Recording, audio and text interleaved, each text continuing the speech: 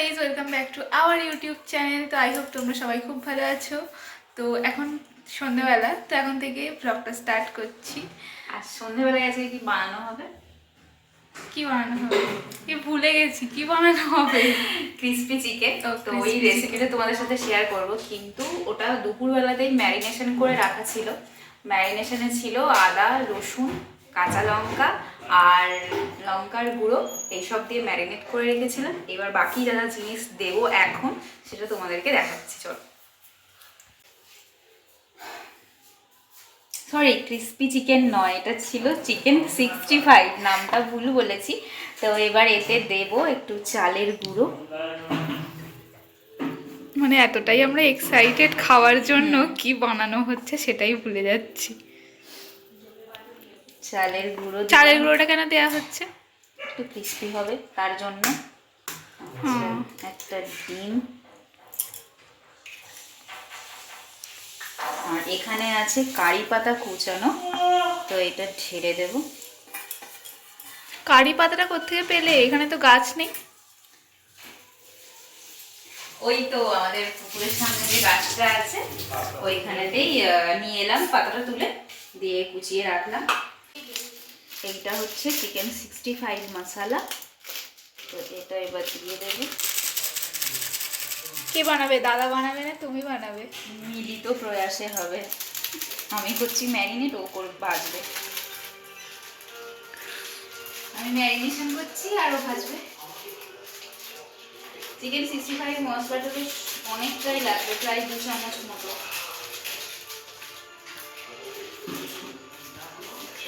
হয়ে গেছে। আচ্ছা, টক দই এতে আছে 100 গ্রাম, পুরোটাই দিয়ে দেবো। চিকেন নিয়েছিলাম 500 মতো,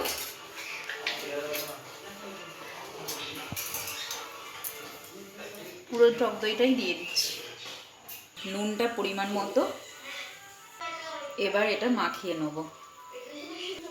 আর হ্যাঁ, ম্যারিনেশনের সময় ভিনিগার দেওয়া হয়েছিল, সেটা বলতে ভুলে গেছি তোমাদের। তো এখন এটা দেখতে লাগছে, এখনই কাঁচাই খেয়ে নাও। তো এটা একটুক্ষণ মাখানো থাক, তারপর এটা রেডি করা হবে। তাও কতক্ষণ মতো ম্যারিনেট করে রাখবে? আধ ঘন্টা। আধ ঘন্টা।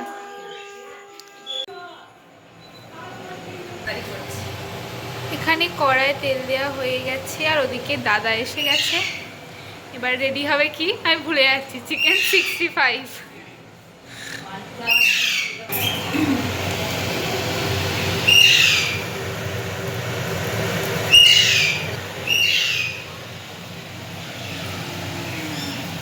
আর এখানে দাদা আসতে এই ব্যাটাটা এত চেঁচাচ্ছে যে কি বলবো। এই বিটু, অত চেঁচাচ্ছিস কেন? কি হয়েছে?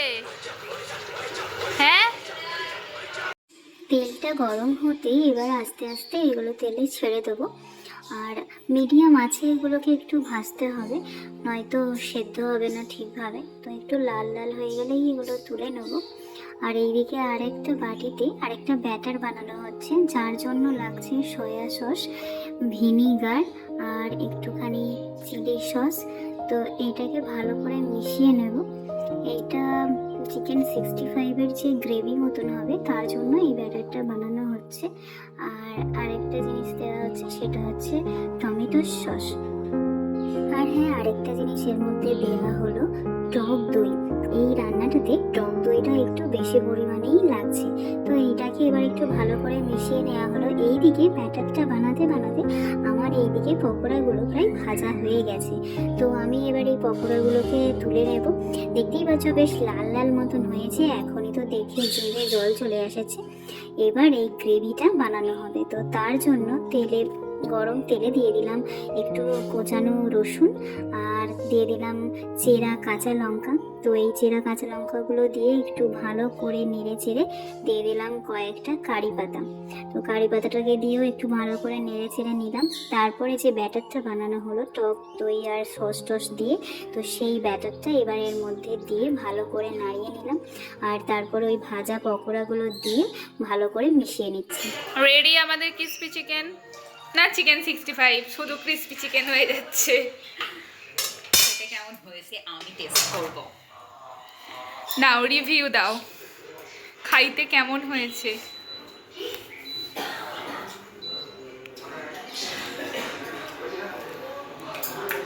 দারুণ। দাদু ভাই কেমন হয়েছে? ভালো হয়েছে? চিকেন 65 খেয়ে সবাই তো খুব প্রশংসাই করলো, আর হ্যাঁ সত্যি খুব ভালোই হয়েছিল। তো তোমরাও বাড়িতে এটা ট্রাই করে দেখতে পারো, আর কার কীরকম লাগলো সেটা আমাকে অবশ্যই কমেন্ট করে জানিও। এইদিকে আমি আর সোনু বসে গেছি ফোন নিয়ে, দুজনে গল্প করছি। ও বাবা হঠাৎ করে বললো, দেখ কি একটা বেরিয়েছে মাকড়সা। তো দেখলাম খানিকটা ট্যালেন্টুলার মতোই দেখতে। এটা পুরোটা না, ওইখানটা মারলে হবে না, তাই দাও। এটা ফোকাস কর, ছেড়ে দে। তারপর সৌমি বললো, চলো বৌদি আমার একটা ডান্সের শর্ট ভিডিও বানিয়ে দেবে। এদিকে ও রেডি হয়ে গেছে, তো আমি বললাম চল তাহলে বানিয়ে দিই। তো এই শর্ট ভিডিওটা তোমরা আমারই চ্যানেলে দেখতে পাবে, আমি পরে আপলোড করে দেবো।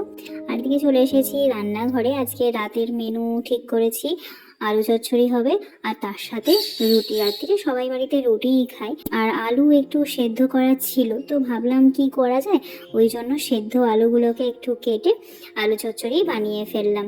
তো প্রথমে আমি কড়াইয়ে একটু ফোড়ন দিয়ে, 5 ফোড়ন শুকনো লঙ্কা দিয়ে, তারপরে এই সেদ্ধ আলুগুলো দিয়ে দিলাম, একটু হলুদ দিয়ে ভালো করে খেয়ে নিলাম, আর দিলাম একটু কাঁচা লঙ্কা বাটা।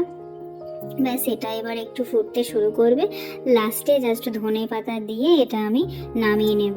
আলু চচ্চড়ি বেশ খেতে ভালোই লাগে, মুড়ি কি রুটি দুটোর সাথেই দারুণ চলে যায়। বাড়িতে সবাই রুটিই খাই, কিন্তু আমি একদমই রুটি খেতে পারি না, আমি মা। তো ভাবলাম ভাতের সাথে কি করা যায়, ঠান্ডা ভাত আছে। তো মা বললো চল একটু আলু সেদ্ধ করে ফেলি, তেল লঙ্কা দিয়ে আলু ভাতে মাখা আর ঠান্ডা ভাত, উফ জমে যাবে। তো বলা আর করা, তো গ্যাসে বসিয়ে দিলাম বাটি, তেল লঙ্কা ভাজা হয়ে গেল, এবারে জাস্ট আলু সেদ্ধটা মেখে ফেলবো। তো আজকের ভিডিওটা এইটুকুই। যার ভিডিওটা ভালো লাগলো অবশ্যই একটা লাইক করে দিও, আর যারা আমার চ্যানেলে নতুন এখনও চ্যানেলটা সাবস্ক্রাইব করোনি তারা অবশ্যই চ্যানেলটিকে সাবস্ক্রাইব করে দিও। তো আজকের মতো এইটুকুই, গুড নাইট, দেখা হচ্ছে নেক্সট ব্লগে।